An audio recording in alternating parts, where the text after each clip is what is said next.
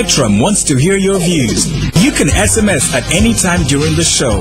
Type Spectrum, leave a space, type in your contribution and name, then send it to 7197. Your views, our interviews on Spectrum, Radio 1 FM 90. Hello, a very warm welcome. This is Spectrum on Radio 1. I'm your host, Edmond Kizito. On Spectrum tonight, is State House immune from the curse of corruption, considering latest reports that the president was a target of bribery? The tax dispute between oil firms Tullow and Heritage has opened up yet another debate about the immunity of State House and the presidency from bribery and corruption, following reports in British newspapers that Tullow Oil considered bribing the president. According to these newspapers, top officials in Tullow considered bribing the president with 130 billion shillings to thwart demands by government for the taxes. The same reports say they considered funding the president's 2011 campaign, describing them as, well, his short-term needs and demands. Despite this report, there is no evidence to prove that the president did receive the money or that any of his campaign team officials received it on his behalf. When allegations of oil bribery first surfaced in 2011, President Museveni said he would never take money from Europeans for any personal use. Tullow has denied ever considering paying any money directly to President Museveni or even to his election campaign. Ethics and Integrity Minister Simon Lokodo describes these reports as mere fabrications, similar to those made against ministers previously.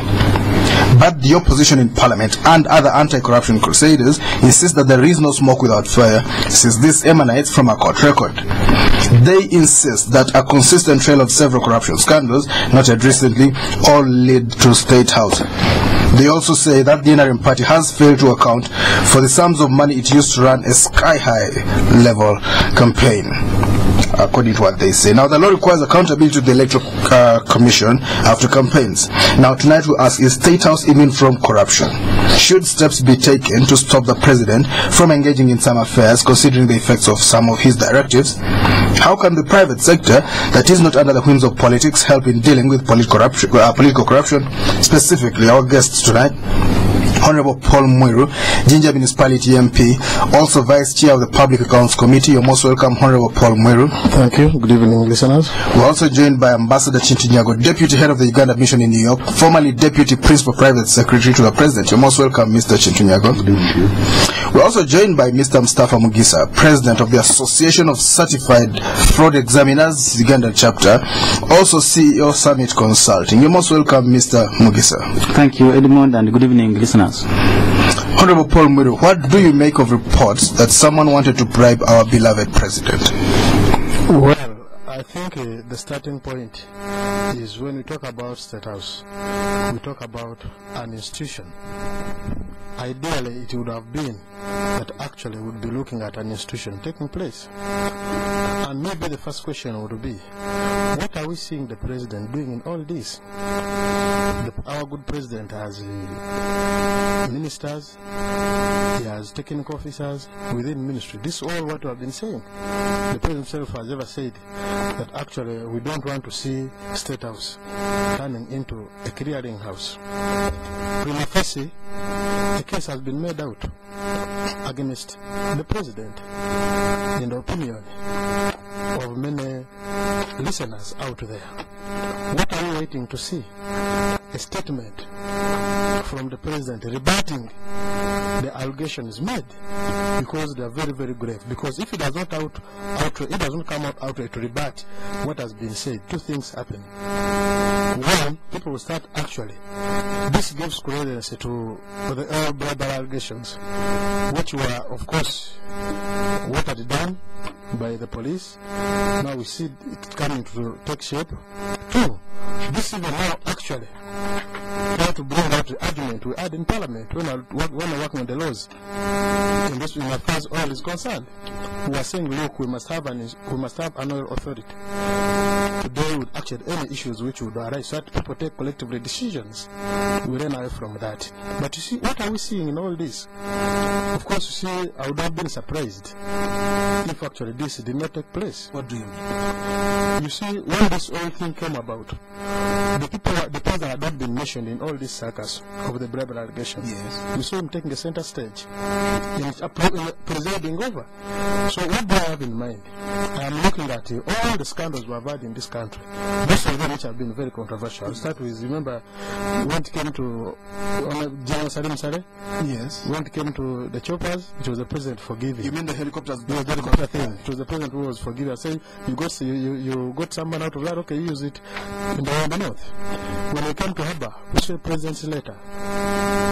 That is Vasajavalava. Yeah. When we came to Dura, you took 169 million shillings. When we came to Dura, this was very interesting. Here, Rajesh Kumar goes to the president. Yes, the president. Despite they were technical officers, we see the president having a role to play. This corroborates one fact, that there was contact between the president and this gentleman. So whatever took place, of course, leaves room for an investigation. What is the way forward? I don't want to be at this point, if the president is interested, for the public to get a clear view of this. To me, this would call for an investigation, because now it is the word of the other person against the word of the president. What do you mean? It's a question. You cannot. This man is head of state. You cannot begin to investigate. No, actually, it's interesting. You know, to the point, I want to give an example. You know, whenever there has been any hot issue within the country, where the president has been mentioned, like when it came to Haba, when it came to Dura, he offered himself to come and give evidence. Yes. This is for his own good. Actually, otherwise, people will be just looking and saying, you see, we told them. This is what actually is happening. Like you added to the fact that political parties, they're supposed to declare all their resources. Oh, yes, after elections. So after the elections, they fail return show how actually they're happening. FDC has been complying. Other parties have not been actually. Then the question has been, why hasn't the chairman of the commission come in and take action? The law says something about what actually should be taken. Of course, as of now, we want to see where is our president. You see that now the difference now is that you see like now at first we are looking at president, and this was the mistake we make as a country. Yes. Because this touches the image of this country. Yes. I was in America before my brother Kintu Nyago deported there. Yes. And people would know Amini more than they know Uganda. You see, you're from Uganda? That's what I'm saying. They say, you're from Uganda? Amini. You go back to now, they're going to say, you're from Uganda? But now they'll be starting down to attach. Is this why the president is allowed to have taken a bribe? The way that one works on us as a country. So, and we're not used to see government committing 200 billion now to work on the image of the country. Because we have been committing money actually to work on the image of the country. As a result of this, because you see, this one sends a signal. Like I'll give an example here. I was meeting there's a white man came from Portugal, so he had been briefed about the tribes in this country. When I said that he asked me, are you from Uganda? No, I said, I'm from Musoga. I said, okay. So what I asked him, then asked me, are you from the north? He came with a perception. I want to confess. What was the perception? The perception was that people from the north are honest. Yes. Those who briefed them. How about people from where I'm coming? No, people from Central, they actually they are hospitable.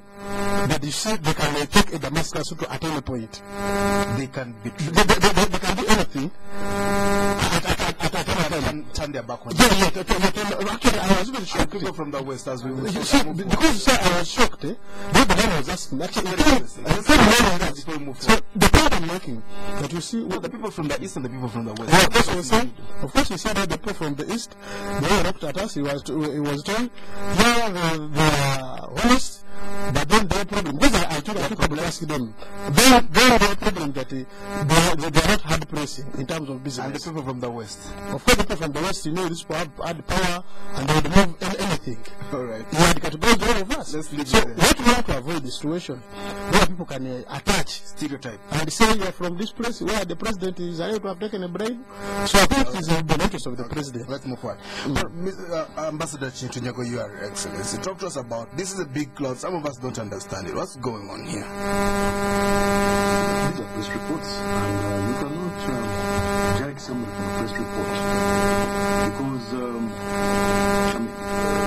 is no evidence evidence at all. And even I think in the courts of law at the end, you can produce evidence based on press reports as substantive evidence in the courts of law.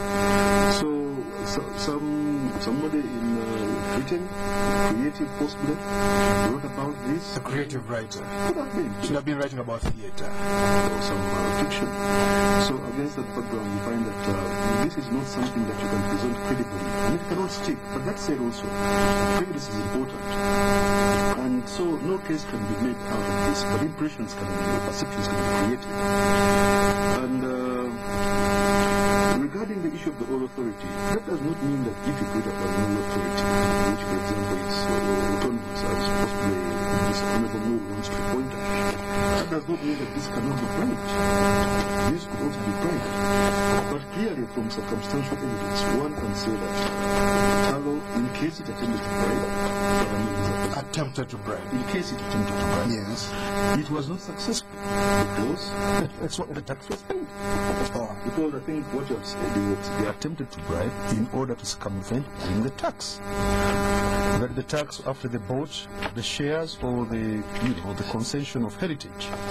But Talo was made to pay the tax. So circumstantially one can argue that assuming that they attempted to bribe, They didn't succeed that time. They were not lucky that the time. person they were trying to bribe, in this case who is the president, was not bribed. All right. But of course, this is from documents presented in court and off. But as you say, maybe they didn't succeed. Let's look at the broader picture. Is State House immune from corruption? I take the view, unlike most people, some people, I take the view that Ugandans in general, including those in State House, are good people. That's my world view. Some other people take the view that Africans are actually corrupt or whatever it is. Like this, the Portuguese, this man has been talking, the Honorable has been talking about. He had a stereotype in his mind that people say in Uganda behave like that, those in the West behave. That's a hogwash. Hogwash. At a hogwash. I mean, you might find people in the West who are very corrupt and without any power at all. You might find People from the West were very corrupt. You found it's a some? possibility that you might find. I mean, scientifically, that's true. You can't say that they are all not, or you might find Basoga who are very assertive, and vice versa. I mean, there's nothing like say Basoga are naturally this or this Basani are naturally that. That's not scientific at all. So against that background, I would imagine that there are, as a general principle, that many people in State House State House as an institution, and many people within State House, I would imagine that they are good people. But I mean, I cannot say that all of them are good people. I mean, I'm sure even some Americans. There might be some bad. Well, some in bad the Vatican, according to some of the leaks from the former previous popes, was it Butler or Yes, it's Butler. ADC? The cup holder. Yes, the ADC of the previous pope. I mean, there was some skeletons in the cupboard. So if it can happen in the Vatican, by extension. Corruption is a human condition. All right. Let's move. I'd like us to hear from That the. does not mean that, say, the State House is. I mean, because These are wash with corruption. I'd like us to hear from this, but before we do that, talk to us Asia a bit. Can President Museveni's constant involvement in negotiating deals be used by some people for their corrupt ends? You worked in State House for a long time. let's take. I mean, let's take a case by case basis. Now, clearly, the Talo people were not from the press reports you have said it was in a case court of law. The sums involved with Talo. This was not peanuts.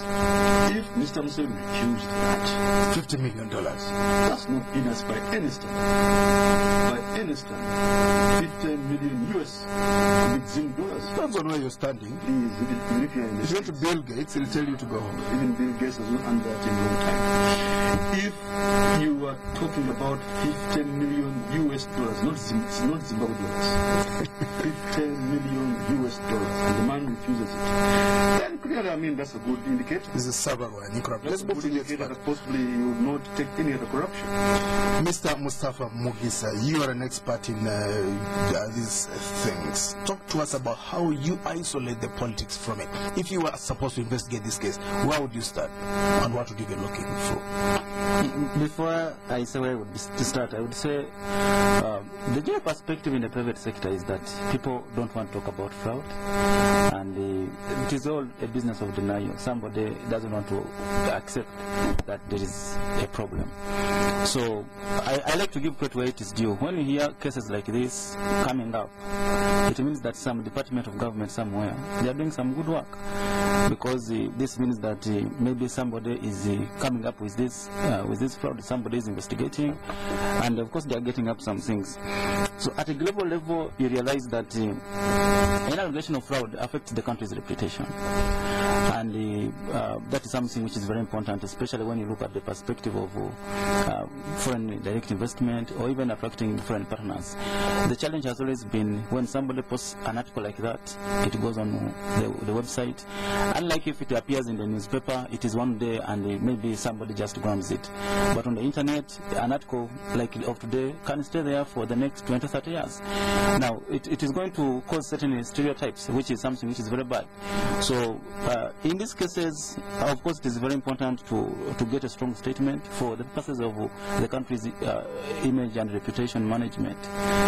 Tribute these allegations in the strongest terms possible, and I think that would be really the most next step, especially the president should call out the television cameras, press reporters, radio journalists. The president has already been clear that he would never accept any crime of this nature or any fraud from any person for purposes of investment, because at the end of the day, the president is the final man when it comes Fountain of honor.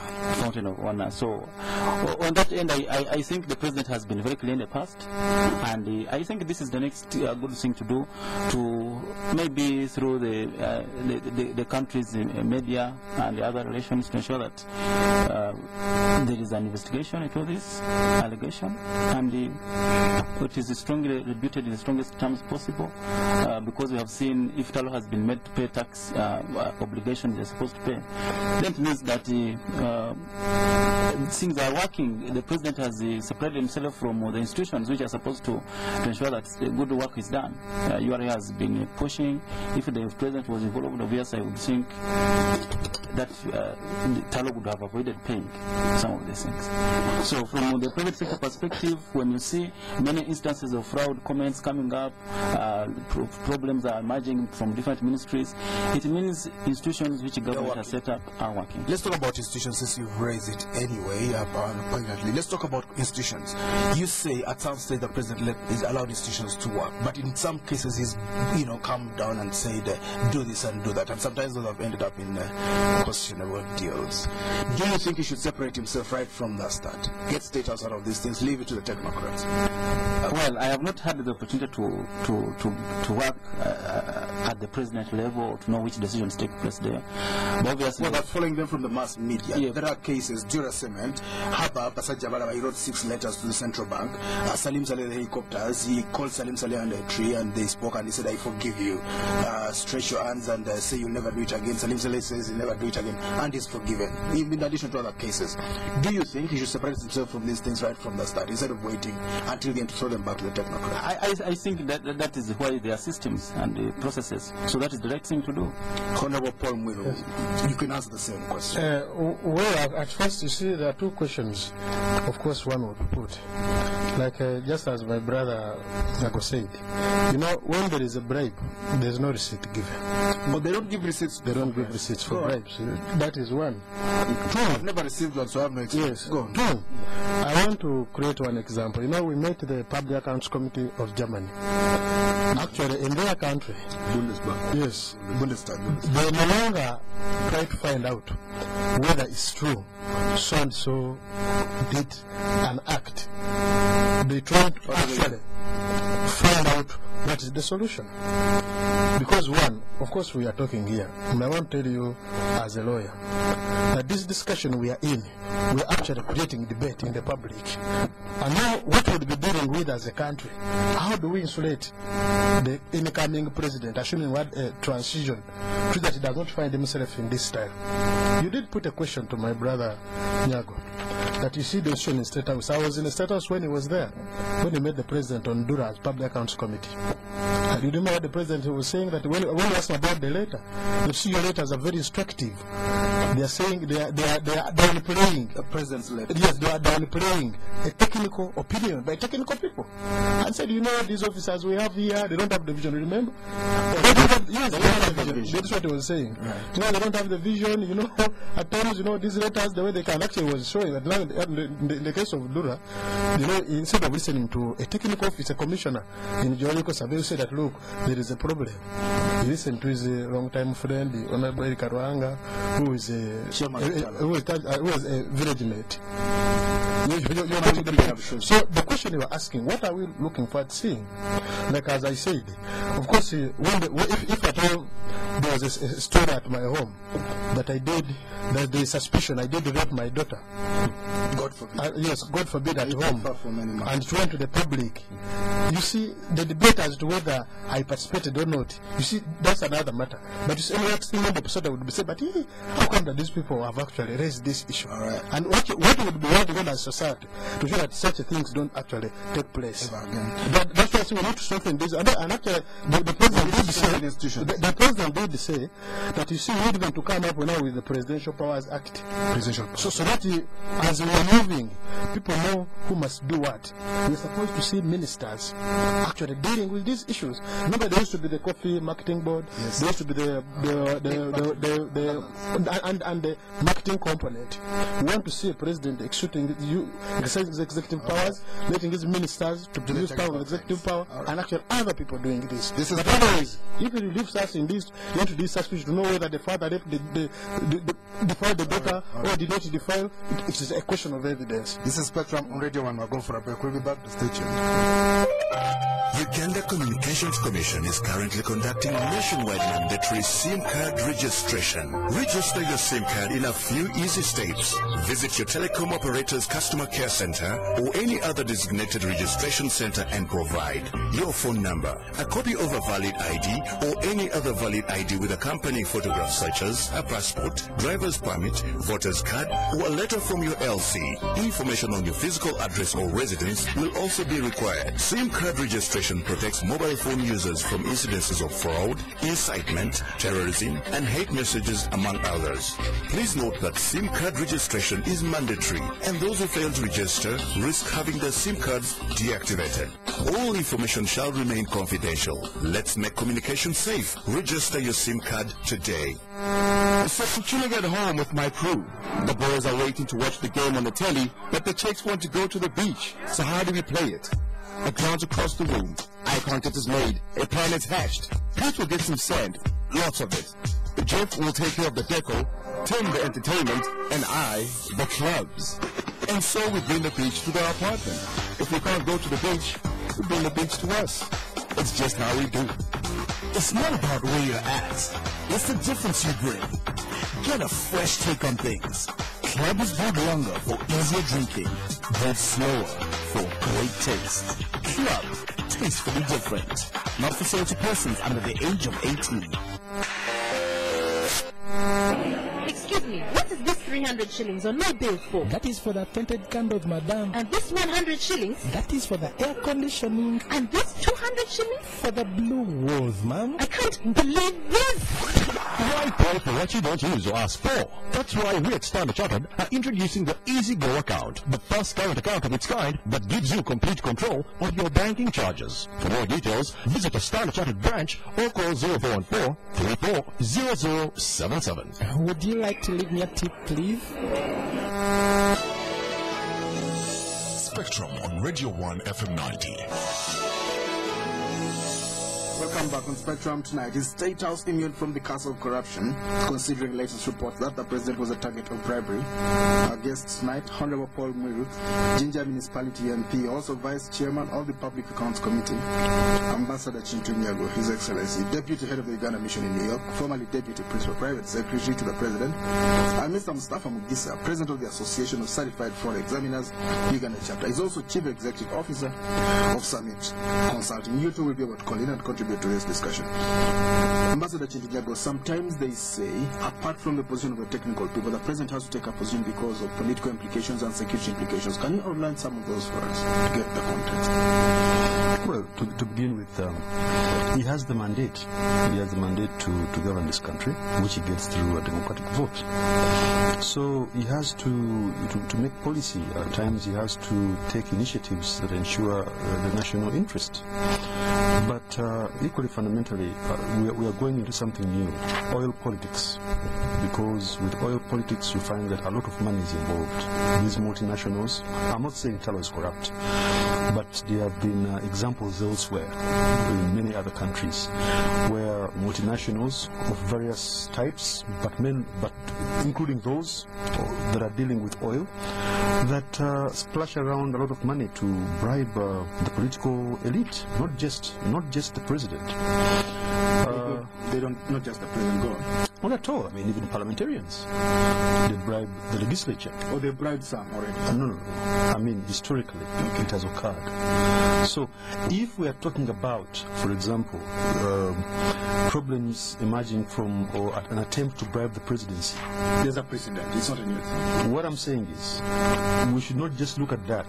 We should also look at the likelihood of the fact that other power centers, like say the legislature or even the judiciary, could equally, if not more, vulnerable. So we should spread the net wider. We should widen the net. I think our critique and our analysis should not just because now the question is now, at least circumstantially, we can say that the president refused the bribe. Yes. Because Talo paid the tax. It paid the tax, screaming and kicking, but they were made to pay the tax. More so after the president got a 70% mandate. Talo pays on behalf of heritage. Whatever it is, but I mean, they were refusing to pay the tax or to go to court, but the president told them that you are going to pay this tax so long as you want to extract oil, to get oil from Uganda. And they went to the URA screaming and kicking, but they paid the tax. But the question is, other elite, other power centers, when they are approached by these multinationals, do they also act as a matter of principle, refuse to accept these bribes? Or are some of the articulations we are seeing, say in Parliament, the disharmony and so forth, are they a result of, say, they are being compromised? And as a result, they take positions that hinder the national interest? Well, of course, you need specifics. You need to come out and say, so-and-so is given so many. I can't, but I'm just trying to be analytical. I'm trying to look at patterns occurring. You see? Let's look at patterns occurring. Oh, I like. But now, about institutions. Institutions, because the Honorable Mwiru, who is very highly placed as a vice chairperson of the Public Accounts Committee, seems to imply that institutions are not working. That's not true at all. Because that is why the Public Accounts Committee, for example, went to State House and, investigated, should I say investigate or question the president's actions on, say, the issue of Dura Summit. But that was not the first time. Neither was it the first time nor the last. They have been there before with the very capable, I would assume. You expect that they'll keep going? No, with the very capable Wadri. That gentleman seems to be quite a non-necessary member of parliament. But they are there, and he seems also not to know his facts. With the Honorable Wadri does not. No, Wadri. I'm saying that I think he's a man who seems to be capable. That's my. And who does not know his facts? No, who seems to know his facts. Seems to know his facts. Yes. So I mean, but so that means that parliament is working. But apart from that, the ministers themselves, it is some few of the investors that go to the president. But as a matter of daily routine, they go to the minister. Ministers who are dealing with investment, they are the ones who meet these people. Minister of Trade, Minister of Tourism, Minister of Finance, for example. They are the ones who meet. I mean, they meet many more investors than the president can ever meet them. All right, I'd like you to talk to us later about lobbying and whether it's an act of corruption or not, and whether it's about what and it's acceptable here in our laws. We know it happens in a lot of places, including the US. But first of all, Mr. Mustapha Mugisha, CEO at Summit Consulting, talk to us about how you detect fraud. Using this as a case study. The research which has been done by the Association of Certified Fraud Examiners globally shows that fraud is effectively detected and prevented through whistleblowing. Parliament did the best thing around 2010. They passed the Whistleblowers Protection Act. And I think that was the president assented to it, and I think that was the best move. Unfortunately, implementation mechanisms of the same have been non-existent or inadequate by far. Because the Whistleblower Protection Act is in effect trying to encourage people to blow the whistle where they suspect wrongdoing. And it is the investigation machinery of government, say the IGG, the Office of the Director General, the Uganda Police, to receive any tip, and it also provides for the Speaker of Parliament to receive these tips and then investigate them. Unfortunately, there is no mechanism whatsoever. You see, somebody is going to give a tip because they know they are going to be protected. And also rewarded. And also rewarded, because that is also a very big motive to encourage people to blow the whistle. But you notice that any system, an attempt to implement whistleblowing mechanisms, doesn't encourage anonymity. Now, because most of the time fraud efforts, corruption efforts involve concealment, somebody wants to hide it. And most of the time people involved really across the board, because if you have an opportunity, anybody is going to commit fraud. Now, most of the decisions which come at most people, some people will not, but many people, of course, I'm saying maybe 2 to 3, as long as you have the opportunity, rationalization and motive, you're going to commit fraud. If you leave this $10,000 here and you are alone in this room, you might not find it. You might not find it. So what does that mean? It means that much as government has put certain things, there should be a lot of implementation. In the private sector, what they have done is, much as we have the Whistleblower Protection Act, they have got and outsourced most of these whistleblowers, say outside of the country. So you find somebody is managing their whistleblowing line, maybe in South Africa or in India. Now, you notice that people who are going to give you tips are people who know the local dialects, people who know Uganda, because this is the biggest part of your customers. The elites, who are going to be maybe 20% of people who really are going to give you this, I don't have the time to go to your whistleblowing line. Now, by not encouraging local people to give you tips, the country is really losing a lot of money. Now, to know the effectiveness of whistleblowing as the most robust way of fraud, of detection and prevention of fraud, the next best method is the management reviews. It is effective by 14%. Whistleblowing is effective by 43.3%. Now, if you look at what has been implemented across board, nobody is encouraging whistleblowing, which is something which is very bad. Internal audit and other controls are below 14%, according to the global perspective by professionals when they sit down and say this is what works. Now, the question is, of course, the efforts at fraud management and corruption management have to begin from the top. And when I see Parliament and also the President assents to an act and it becomes law, I would say at the top they have done their best. What remains is institutions supposed to implement these things. Why is it that implementation mechanisms to enable anonymous whistleblowing and of course rewarding people who really help investigate has not been put in place throughout? Well, of course, we don't want permanent secretary who has blown the whistle on some people, and those people are already in jail. We don't know when the permanent secretary is going to be paid, but that's a detail for other people to determine. Mr. Ambassador Kintu, Nyago, talk to us about lobbying. Is lobbying an act of corruption? Depending on how you're looking. You can define it for us a little bit, and then. Well, I mean, lobbying is about lobbying is a very broad term, because acting like a middleman, convincing the people to work. That's one, but you could also lobby for policy, for example. You could lobby for a policy. You could be, for example, like the NGOs. These NGOs who are for the domestic relations bill, or is it called the domestic and divorce? The marriage and divorce. Marriage and divorce bill. Okay, who are for the marriage and divorce bill? I'm sure they are lobbying everybody left, right, and center. Let's talk about lobbying in business. So someone can get a contract from Ministry of Works. I think that's legitimate, so long as you don't say bribe, so long as you don't bribe people, so long as you follow the laws that are established. Because, I mean, at the end of the day, the minister might be wanting to serve the national interest, but if he doesn't have certain information, then he may not be as effective. And, for example, for argument's sake, Edmond Kizito may not Bill Gates, whatever, or you may have met Bill Gates at school, and you can connect him to Bill Gates. And because it takes time and effort to do that, You get paid for it. oh yes, I mean lawyers do that as a matter of routine for very trivial things, say making a simple agreement, and they charge you through the nose.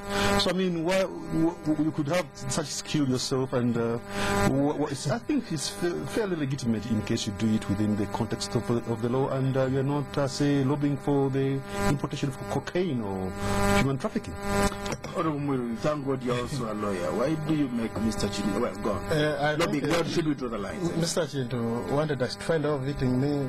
Not you, but I think we shall come to that later. I want to create the impression which is created by the debate. What we are dealing with, there's no evidence that actually apparently that the president did receive the money, but also there is no evidence to the contrary. That's why I don't think this man is mad. These people are mad. But actually, I don't think these people are mad. To say, you see, because you see, these people had an obligation to pay tax. Yes. You see, they would have set out ahead and paid. But you see, while they are clinging or not paying, you see, there must be something. But that apart, you see, we are looking at the president as the front and something. You see, for instance, assuming we're in this room, and you tell me, okay, if he came with a taxi and he wanted to pay someone maybe 20 and he had no change, and I gave him 10. Yes. If we are getting here and then I'm walking and him saying, no, please, can you give my time? Let me keep on moving. And then you're saying, no, but this part being sitting together, it seems that there is nothing. The reason I was watching to be on my case. But that aside, I was saying, yes, the Constitution of the Republic of Uganda under Article 98, yes, it makes the president to be the fountain of honor. Yes. And how do we protect that? Yes. That's why my question is. Give us an idea. Like you asked about lobbying. You know, we have got the Uganda Investment Authority in this country. You're getting the point. You see, that's supposed to be the work actually they would be actually trying to do. And now, this idea actually of robbing, what is its problem? Robbing from who? I want to give an example. I want to give an example with the road sector. Yes. And you're asking about, I'm a member of the House Committee. So when we were asking, there was an inquiry about one company which starts on roads and they abandon. They start on the road and they abandon. But why are the people buying this? Why does this happen? So we pressed them on Jinja Road. So what is the problem? What did they say? They did say that because somebody has eaten that. No. They did say that you see this road is a political road. So we say, what do you mean by political road? But you see, by the time they wanted to do this road, there was no money. Yes. So what did they do? They forced an advert. They signed a contract. No money. A contractor who was good at robbing, who is down in the circle, yes, that this one is friendly, he takes machines on ground, yes, to start on the road. Yes. What is the problem? That when he signed the contract, he put the machines on ground, he wrote a letter demanding for payment to continue with the work. They said there is no money. If you don't pay me by this date, the cost now is going up. Complex. So a road which would have been worked on for $1 ends up being worked on $3 a kilometer. I'm giving an example. Right. So the disadvantage of robbing, that you see, if it multiplies the cost. It multiplies the cost. That's what I've been asking. So why is it that the cost of a kilometer in Uganda of a road is very high? Because of lobbying. Because of lobbying. One reason. Right. We have technical people who are supposed to do their work. So we leave it to the technical people. No. What we must do actually, we need to separate political parties from government. Let's hear from the listeners. Yes. This is Spectrum Radio, and tonight is State House immune from the curse of corruption, considering latest reports that the president was a target of bribery. You can call him now. Our number 0414-348-111, 0312-260-390, 0312-261-390. When you call him, please tell us your name and where you're calling from. Ambassador. Well, true, there are disadvantages in lobbying, but there are also advantages in lobbying. Yes. I mean, disadvantages could be, fire is better than water. Talk to us. No, the point is that, it may add on the cost, but at the same time, it may even lessen the cost. By linking you to... Yes. Good evening, your name? Stefan, yes.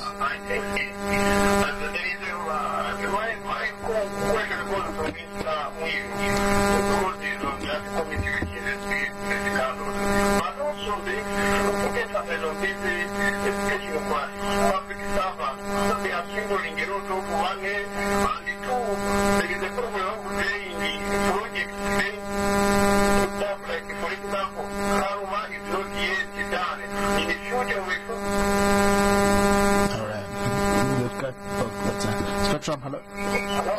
sir, your name? Yes, Moses.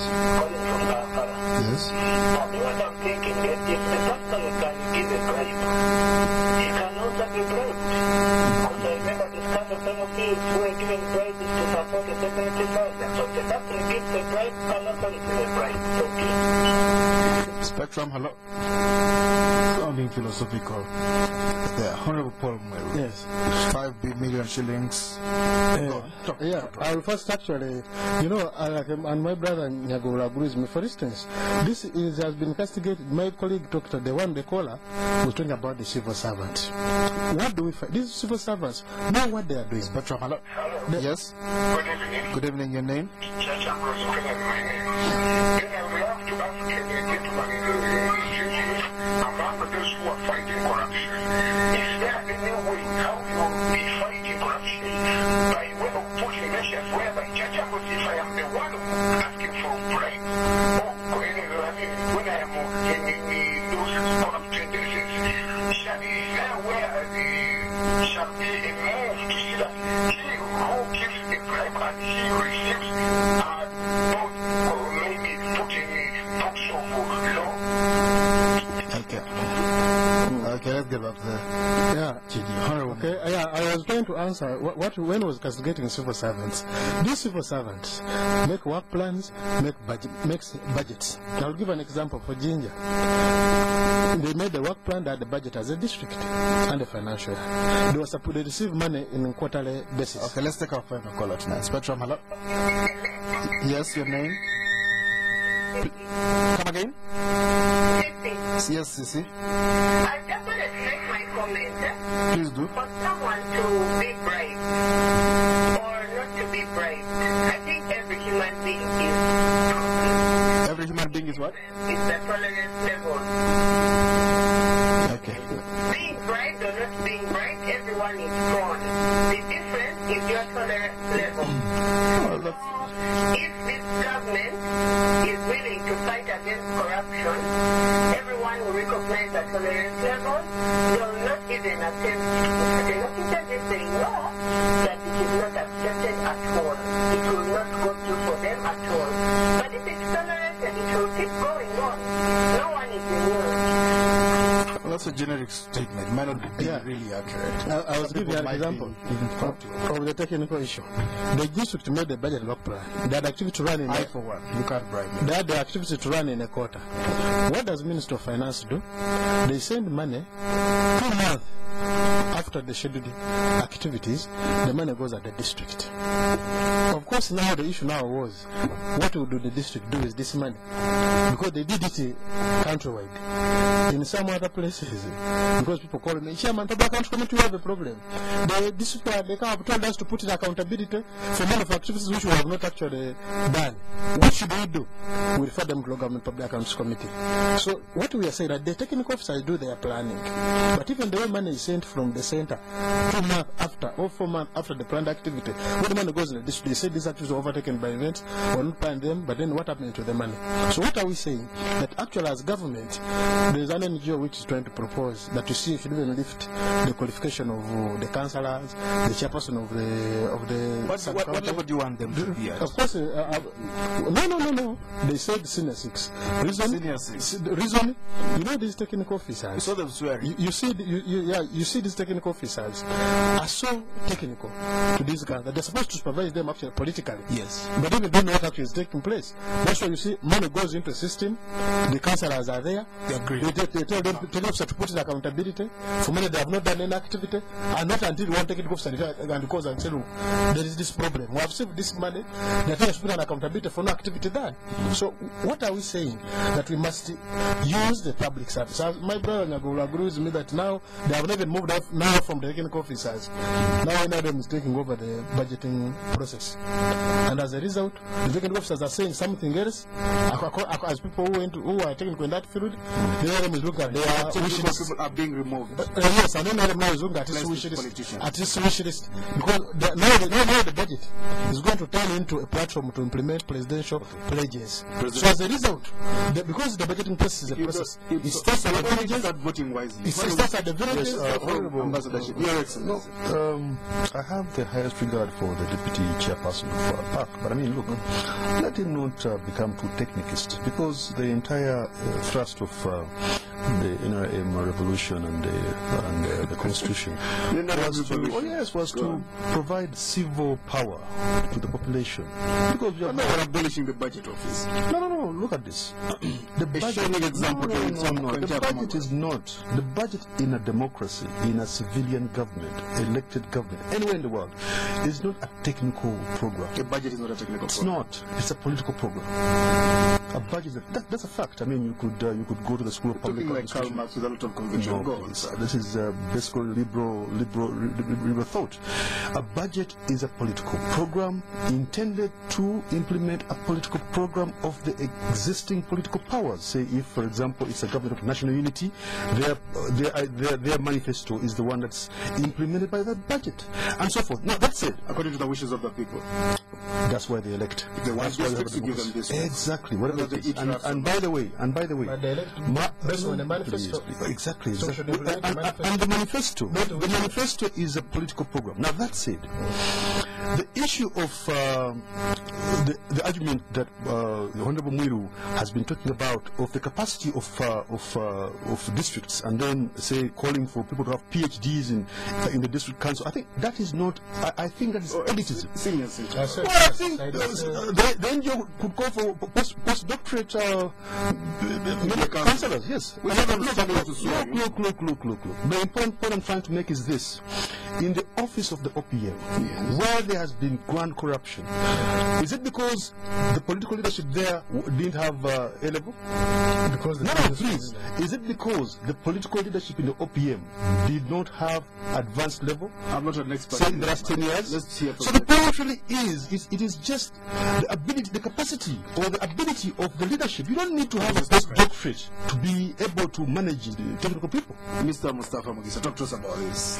Yes, one, bureaucracy breeds corruption, and I think the challenges we are having is because people want to go to the person who makes the decision. Bureaucracy breeds corruption? Yes. Bureaucracy is supposed to check corruption. That is why we should not have this technical. No. That is the challenge. You see, people are abusing their positions because they have to take a decision. That's the big challenge. Now, Churchill talked about who gives a bribe and how can you have them prosecuted. The main challenge which we have is the awareness. You see, it is the people know they will not be caught. So somebody is going to commit fraud or corruption because they know they will not be caught, and if they are caught, they are not going to be prosecuted. So you are looking at cost-benefit analysis. On one hand, if I'm caught, how much have I stolen, and I will go away with it. If they do take me to court and they take me to jail, how many years am I going to serve there? So if somebody goes away with 10 billion shillings, they arrest you for 10 years, how many people can earn that money in their lifetime? So you find that somebody can say, okay, it is cheaper for me to go and serve jail time. He earns it through jail. Yes, so I think this is the most important thing which we have to address. How do you create fraud awareness, and how do you ensure that government's machinery for prosecution of people involved in fraud is streamlined? You see, recently in March, President Obama, when he stood, he said the biggest challenge to USA economy is cybercrime and espionage. Now, we are losing a lot of money, both in the private and government, just because of ICT security risks, because the exposure is extremely high, and then we have not... Because what is extremely high? Exposures to internet-related crime. Yes. Now, the challenge is because every process in the government and in the private sector has been automated. And recently you have heard the land ministry has automated all the land titles. Yes. And if you read the article in the Monitor, one of the implementers reasoned that now the fraud is going to stop. But for us from the private sector, we think now it is going to increase the problem. Because when automated fraud is huge on a large scale than if it is manual. In fact, it can take you 10 years to change 10 land titles.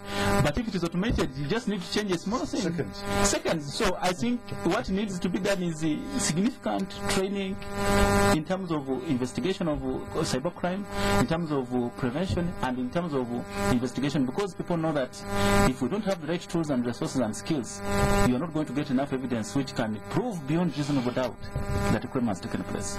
So I think the most important thing is if the private sector or public sector can partner and set up an agile friends club, at least have a program where Uganda police or anybody who is from government who is in charge of investigation machinery to get these relevant skills so that we have as many investigators as possible. You see, as long as you have so many professionals, then the problem will be checked, because it is easier to stop very few investigators or to bribe them. But if there are so many, you change them, you rotate them. Today there is one officer from the Director General, another time you get another one. So it becomes very difficult for you to bribe these people. So basically we need people like you. You need to get, down to teaching these people. You say it's going to become easier for fraudsters to steal land titles. Exactly. That's so what people we're like you saying. should begin to talk. You're lobbying for him? Yes. Well, easy. No, you see, fraud is a local problem and it needs a local solution. And we think training as many Ugandans is the safeguard. Thank you very much, Dr. Hon Paul Mwiru, Jinja Municipality Mp, Vice Chair of the Public Accounts Committee, Ambassador Kintu, Deputy Head of the Uganda Mission in New York, formerly Deputy Principal Private Secretary to the President, and Mr. Mustapha Mugisha, President of the Association of Certified Fraud Examiners, Uganda Chapter, also Chief Executive Officer at Summit Consulting. Thank you for tuning in. I've been your host, Edmond. The Spectrum will be back tomorrow. Next is the news.